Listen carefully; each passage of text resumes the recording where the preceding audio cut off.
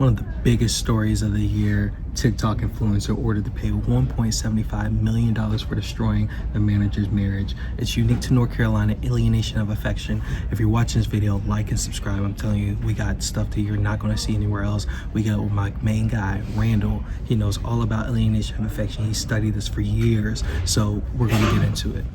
All right, Randy, thanks for you got it. Randall, is this your first time on YouTube?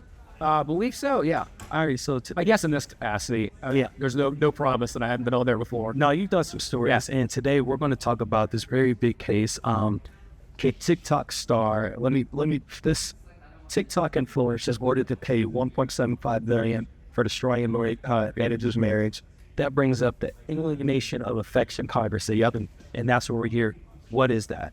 To a lot of people who are new to North Carolina, certainly is probably a wild concept. We're one of only 6 states that have it. Yes. So an alienation of affection lawsuit is if I'm a scorned lover, so if my wife has an affair with another man and our marriage at the time was good, and I can prove that the other person that was having an affair with my wife was actively engaged in drawing her away from me, and the consequences, it ruins the marriage, then under North Carolina law, which has been in place since like 1800s, I have the right to sue the man who took my wife. Oh, wow. Okay. And in this case, $1.75 million is awarded. Now, I'm not saying that they're going to get the whole How some of the suits work, of course. But at least now there's a ruling on this, and they have the responsibility to pay what they can, right? Yep, absolutely. All right. So and the one thing to note about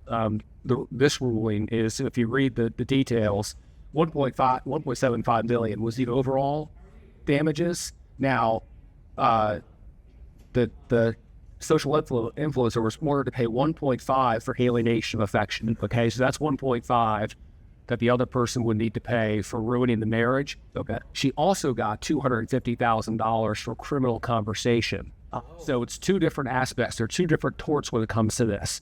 So alienation of affection deals with the breaking up of what was a happy marriage. Okay. With intent of breaking it up. Criminal conversation is a nice fancy legal way of saying, and you also slept with my spouse. So criminal conversation, while it's a heck of a lot more than talking, that is the sexual aspect of it. Alienation of affection, while I would guess probably 95% of the cases involve adultery, it doesn't have to be part of it. You could sue someone if they bought my wife flowers. If my wife's sister talked my wife into leaving me for some reason, and then it festered and that happened, I could actually sue my sister-in-law for alienation of affection. But you have to have proof that that person took actions. It's not just, they had an affair. I mean, if my spouse initiated everything, you're probably not going to win an alienation of affection lawsuit. You need to show that the other person was active in that relationship and tried to lure, pursue, and really, with all intents and purposes, their goal was to end the marriage so that they could have my spouse. I mean, and with North Carolina's privacy laws, sometimes finding proof is hard because you can't. Yes. There are laws on recording conversations where you can't just stick a microphone in a room and maybe hopefully catch your spouse on the phone with somebody else. Yes. Because it's a one-party consent.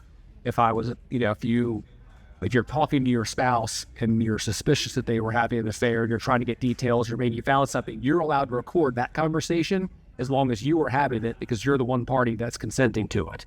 So, there's some fine lines, obviously, when it comes to this, but usually it becomes pretty obvious, credit card statements, buying hotel rooms or, strange bookings, things like that. Yeah. Oh man. So that's crazy. Wow. My mind's kind of blown with this, and North Carolina and their laws, man. One of 6 states. I did want to talk about that. What makes this unique to North Carolina? North Carolina is one of 6 states. There's a history behind this, right? Like, what's the point of this law? Well, in general, most people think the law is just antiquated, right? I mean, it's kind of an old concept going back to the days when even when marriages were arranged. Yeah. I mean, you just stayed together regardless. You got married, you lived married, you died married. That's what happened. Now, they did change North Carolina. There have been several attempts to get rid of it in North Carolina, but it's never quite gotten over the line. They did make a pretty significant change, I want to say in 15 years ago, maybe 2009, 2010 or so. Yeah. So under the old law, even if a couple was separated, Okay.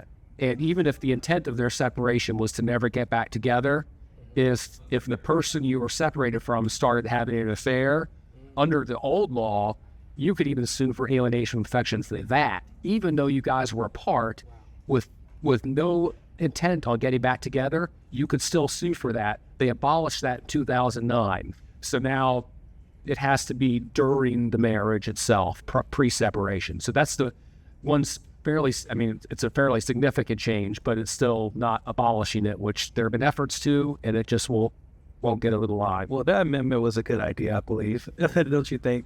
All right. Wow. So, let's talk about the history of this law. I know this TikTok influencer, Brene Kennard. Now, hopefully, I'm saying her name. Oh, this is Kennard. Kennard. Yeah, there we go. Kennard. This is not the only instance of this, correct? Oh no, I've been working for this company and this station for essentially 3 decades, and I've done alienation of affection lawsuits probably 5, 6, 7, 8 times over the course of that. You hear about one or you stumble upon one in court records, and every time you do one, you still sit there. And I feel like in my job, I've seen a lot of strange things. Yes. But every time you see this, you're like, how is this still possible? Mm-hmm. And so every time it always catches my attention. I'll always go through and I'll start digging into cases and reading everything because they're just fascinating. But like you said, this one, $1.75 million, it's a lot of money. Not even close to what's been doled out in the past. There was a huge case in Raleigh years ago, and I almost want to say it was around the same time they may have changed that law, and this may have been the reason for it. I don't know all the details in that old case, but I mean, there was a $30 million award in it, and it was a wife of a local Raleigh-based trucking company, and the wife sued another woman for alienation of affection and won $30 million. I mean, we've had a state senator that settled an alienation of affection lawsuit. I think I remember that. So we just had a bunch. Athletes have had it against them. I mean, when you asked me to do this, I wanted to go just kind of brush up on some of my stuff so I don't sound like I know exactly what I'm talking about. You have to learn on the run and on the fly in this job. But I mean, even like John Daly, the pro golfer who does some acting now. I mean, he was actually sued for alienation of affection. And the interesting thing is, it's based on North Carolina law, right? Okay. So if inaction happened in North Carolina, then you can sue. So I read a really interesting article this morning out of Charlotte, or a Charlotte law firm.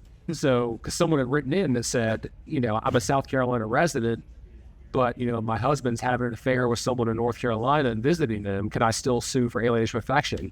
You know what? You can. Because the actions happen in North Carolina, the district court where the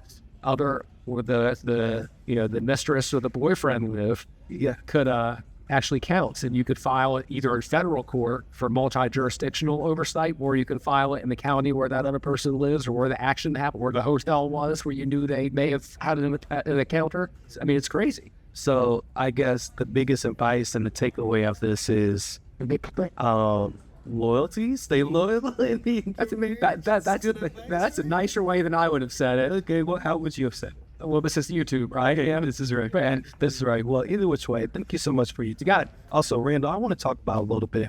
You're part of our investigation. Introduce yourself to the audience. Well, what do? You do a lot of research every day. Yeah. You're committed to the process, and you break a lot of stories for us. Talk a little bit about your position here. How long have you been doing this? Yeah. Okay, so I've been, like I mentioned, I've been with the company for 30 years. So when I first started off, really right out of college, I was working for some of our radio stations. We did a lot of sports radio back then.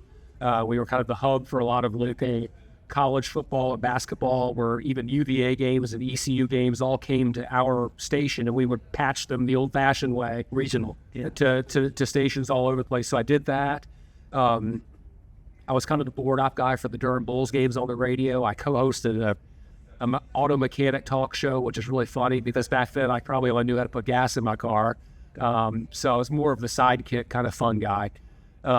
Did some stuff there, started working part-time at the station after a great invite to come over and meet Tom Suter, who really helped me get to this job. And I started off working part-time here, and I started writing for some of our evening newscasts, and little things kind of happened in my favor. And it turned out after a little bit, one of our overnight producers left and went back to school. Okay.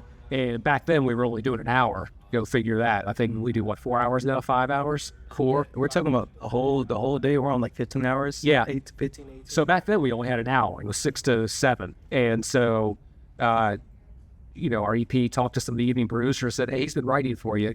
Could he handle, the assistant producer's job on the morning show? And they're like, oh, yeah. So I took this overnight job, did the overnights. Then really about 4 months after I did that, the main producer also left and went back to school. And they said, well, you're doing a great job. You just want to take over the whole morning show? I was like, tunity enough. I was like, you know what? Skipping the small market thing in TV, it's a pretty good idea if you can make it happen. So I was like, yeah, I'll do it. Did overnights for about a year, and got a phone call one afternoon after taking a power nap when I got off work at 7 in the morning. And it was the EP again. And he said, what do you think about doing the 6th? And I said, I am doing the 6th. He said, no, the other one. And I went, oof, wow. That's a big time. And so that was a pretty big jump, and I became the 6 o'clock producer, which, is our newscast of record. It's, it's the highest rated newscast, and I did that for years. I had roles when we first went HD. I did what now is the equivalent of News Plus. We did a 24-hour wheel back then. Yeah. I took over that, trained really camera operators, editors, trained them to become producers, and had that up and running.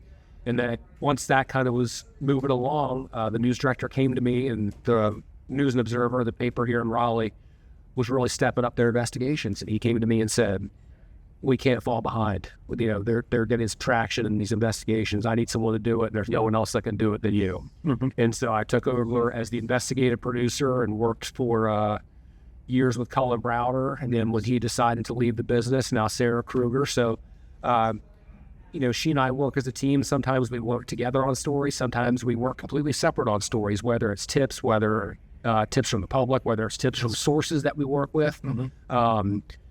Sometimes she'll get a tip and go, oh, how can we make this story bigger? And I'll go, well, let me go down some rabbit holes. And then I'll start doing really deep dives into research or numbers or history, and just to make the stories feel extra important, more important. What's the impact on people? So, to me, if I was literally like in the day-to-day news grind anymore, yes, I'd probably go crazy. But this job, it can be so rewarding because you feel like you're educating people, you're helping people, you're educating yourself. A lot of people, man. You're educating yourself. And so it's just fascinating, I've looked at had other job offers, looked at other job opportunities. I read the descriptions, and I literally think I would fall asleep at the job.